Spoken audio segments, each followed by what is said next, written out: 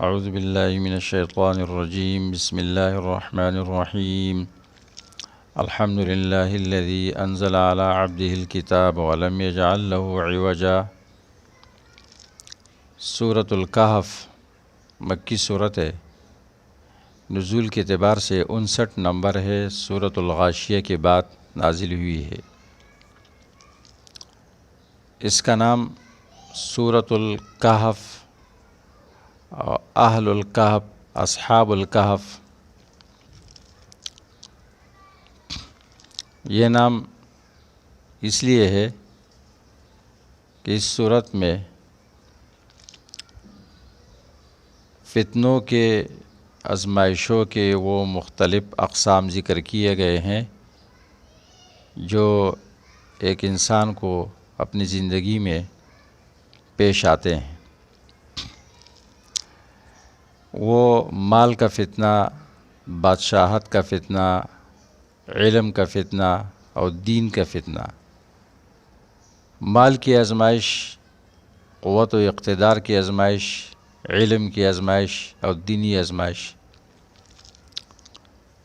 تو یہ نام اصحاب کہف کے نام سے یہ صورت موسوم کی گئی ہے، اس لیے کہ اصحاب کہف کو آزمائشوں اور فتنوں کے اس اقسام میں سے سب سے بڑی قسم اور سب سے عظیم آزمائش کا سامنا ہوا تھا، جو دینی آزمائش تھی، عقیدے کی اور ایمان کی آزمائش تھی۔ اور اس کو سورۃ الحائلہ بھی کہا جاتا ہے۔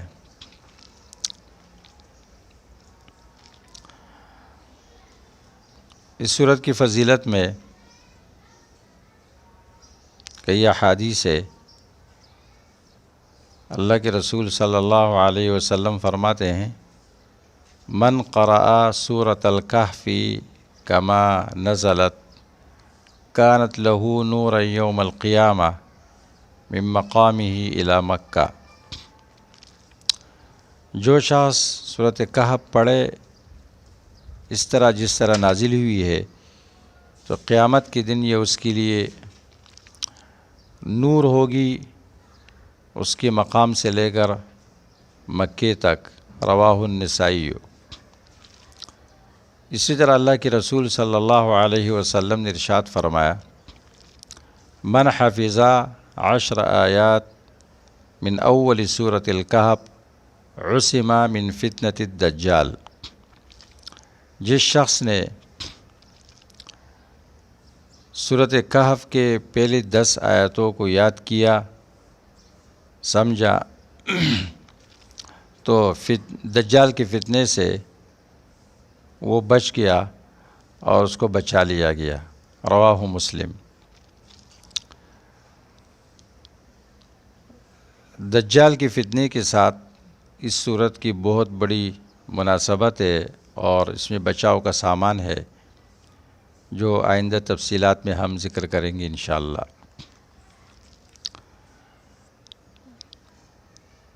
اس صورت کا شان نزول قریش مکہ کی 3 تاریخی سوال، 3 سوالات کیے انہوں نے رسول اللہ صلی اللہ علیہ وسلم سے یہودیوں کے کہنے پر۔ جیسے سورۃ یوسف علیہ السلام کے بارے میں انہوں نے سوال کیا تھا کہ ابراہیم علیہ السلام، یعقوب علیہ السلام، اسحاق علیہ السلام، ان کا مسکن تو فلسطین تھا، یہ لوگ بنی اسرائیل مصر میں کیسے پہنچے کہ جن کی نجات کے لیے پھر موسیٰ علیہ السلام کو مبعوث کیا گیا؟ تو سورۃ یوسف نازل ہوئی تھی۔ اس طرح انہوں نے یہ 3 تاریخی سوال رسول اللہ صلی اللہ علیہ وسلم سے کیے، اصحاب کہف کے متعلق، موسیٰ و خضر علیہ السلام کے متعلق اور ذوالقرنین کے متعلق۔ ان سوالات سے ان کا مقصد یہ ہوتا تھا کہ اگر یہ جواب نہ دے سکے تو اس کا جھوٹا ہونا ثابت ہو جائے گا اور اس کے بھرم ختم ہو جائے گا، اور اگر جواب دیا تو پھر یہ اس بات کی دلیل ہوگی کہ اس کے پاس غیب کا علم ہے، اور غیب کا علم آتا ہے، اس کے پاس فرشتہ آتا ہے۔ یہ 3 سوالات انہوں نے کیے۔ بعض روایت میں یہ آتا ہے کہ موسیٰ و خضر علیہ السلام کے سوال کے بجائے روح کے متعلق سوال ہے، سورۃ بنی اسرائیل میں اس کا جواب دیا گیا، لیکن یہ بات درست نہیں ہے، اس لیے کہ سورۃ بنی اسرائیل نزول کے اعتبار سے 50 نمبر ہے، اور سورۃ کہف نزول کے اعتبار سے 59 نمبر ہے، دونوں کے درمیان بڑی مدت ہے، لہٰذا یہ 3 تاریخی سوال تھے، اور روح کے متعلق سوال وہ اس میں شامل نہیں ہے۔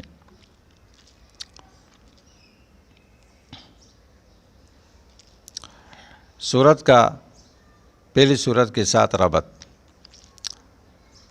نمبر 1،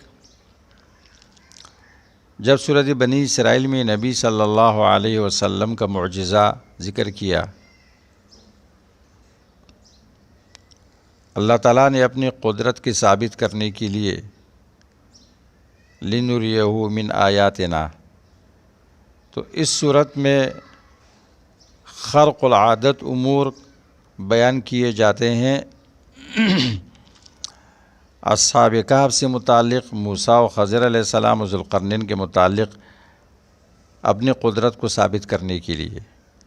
تو وہاں معجزہ اسراء و معراج اس بات قدرت کی دلیل تھی، اور اس میں اصحاب کہف سے، موسیٰ و خضر علیہ السلام سے اور ذوالقرنین سے صادر ہونے والے خوارق اس بات قدرت کی دلائل ہے۔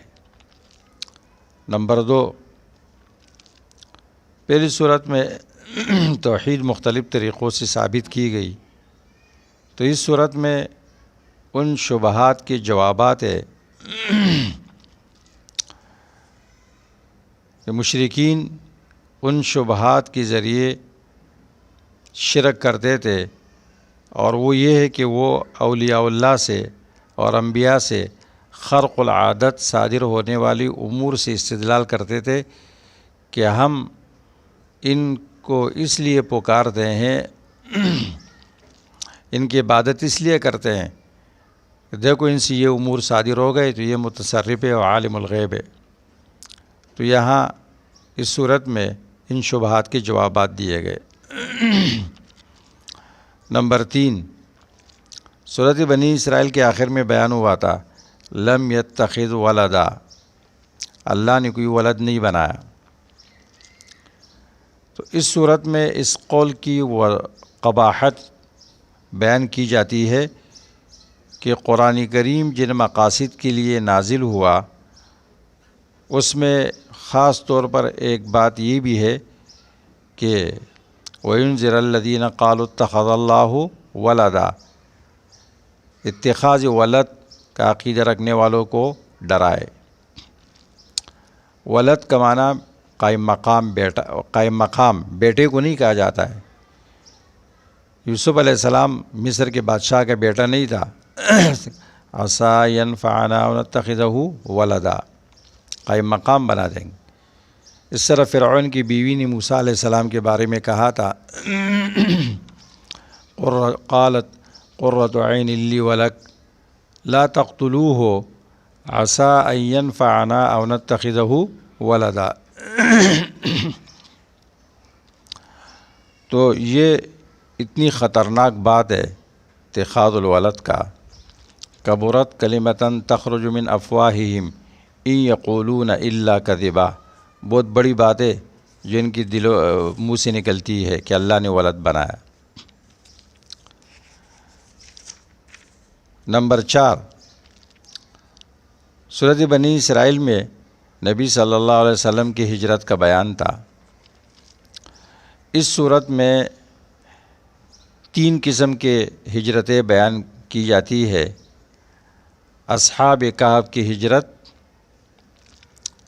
اپنی دین و ایمان کو بچانے کے لیے، اور موسیٰ علیہ السلام کی ہجرت طلب علم کے لیے، اور ذوالقرنین کی ہجرت دین کی دعوت اور اسی طرح کفار سے قتال اور مفسدین سے سرحدات کی حفاظت کے لیے ہجرت کی تھی انہوں نے۔ سورت کا بنیادی مضمون ان شبہات کا دفیعہ، اس کا جواب جس سے مشرکین اپنے شرک پر استدلال کرتے تھے کہ صالحین جو اصحاب کہف ہے، اولیاء اللہ ہے، انبیاء ہے،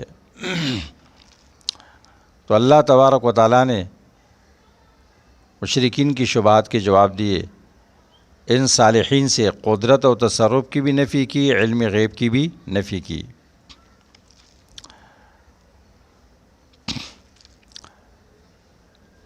اس لیے سورت منقسم ہے 4 حصوں کی طرف۔ سورت کے اندر ایک مقدمہ ہے، 4 حصے ہیں اور خاتمہ ہے۔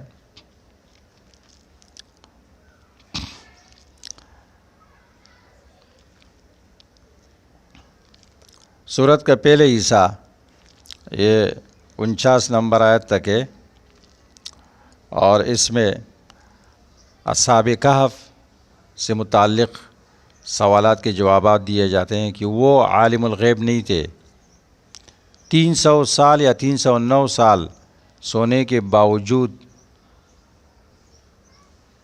اور اس کے باوجود کہ ان سے کرامتیں صادر ہوئی، اولیاء اللہ تھے، لیکن وہ کہتے لبثنا یومن او بعض یوم، ان کو اپنے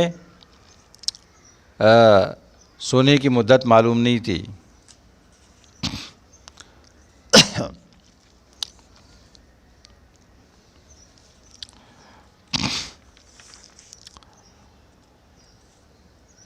سورت کا دوسرا حصہ یہ 59 نمبر آیت تک ہے، اس میں ان لوگوں کی شبہات کے جوابات ہے جو خوابوں سے اور احوال سے استدلال کرتے ہیں کہ ہم نے خواب میں دیکھا تھا، خواب میں یہ آیا ہے۔ تو وہ ابلیس کے واقعہ سے اس کا جواب دیا جاتا ہے کہ ابلیس تمہارا دشمن ہے، اور وہ اپنے عداوت کا اظہار اس طرح بھی کرتا ہے کہ خواب میں عجیب تمہیں شرک کی ترغیبات دیتا ہے اور مختلف اشکال میں تمہارے سامنے آتا ہے اور تمہیں شرک پر آمادہ کرتا ہے۔ پھر سورت کا تیسرا حصہ یہ 82 نمبر آیت تک ہے، اس میں ان لوگوں کے شبے کا جواب ہے جو خضر علیہ السلام کے خوارق سے استدلال کرتے ہیں، اس کی قدرت و تصرف اور علم پر۔ تو خضر علیہ السلام وہ اللہ کے محتاج بندے تھے، اور وہ کہتے ما فعلتہ عن امری، یہ میں نے اپنے اختیار سے نہیں کیا، یہ میں نے اللہ کے حکم سے کیا۔ موسیٰ علیہ السلام کو خضر علیہ السلام کے علم کے پتہ نہیں تھا، اور خضر علیہ السلام کو موسیٰ علیہ السلام والا علم معلوم نہیں تھا، اور خضر علیہ السلام فرماتے ہیں ما فعلتہ عن امری، میں نے اپنے اختیار سے نہیں کیا۔ پھر چوتھا حصہ 101 نمبر آیت تک ہے، اس میں ان لوگوں کے شبہات کے جوابات ہے جو ذوالقرنین کے کمالات سے استدلال کرتے ہیں، اس کے تصرف پر، علم پر۔ تو اس حصے میں یہ جواب دیا جاتا ہے کہ ذوالقرنین نے جو کچھ کیے وہ پھر بھی اللہ کا محتاج تھا، عاجز تھا، اس کو تو بعض لوگوں کی لغت سمجھ میں نہیں آتی تھی، بولی لا یکادون یفقہون قولا، 93 نمبر آیت۔ وہ تو لوگوں کی مدد کا محتاج تھا، اور لوگوں سے افرادی قوت کی مدد مانگی، اس نے کہا اعینونی بقوت، 95 نمبر آیت کا۔ اور یہ قصہ اس میں اس بڑے مقتدر اور صالح بادشاہ کی حالت ذکر کی جاتی ہے کہ انہوں نے نشر دین کے لیے سفر کیا، دعوت کے لیے، جہاد کے لیے اور دفع مباحث کے لیے۔ اور سورت کا خاتمہ اس میں زجر ہے، تخویف ہے مشرکین کے لیے کہ وہ ان شبہات کی وجہ سے عباد کو الہ بناتے ہیں۔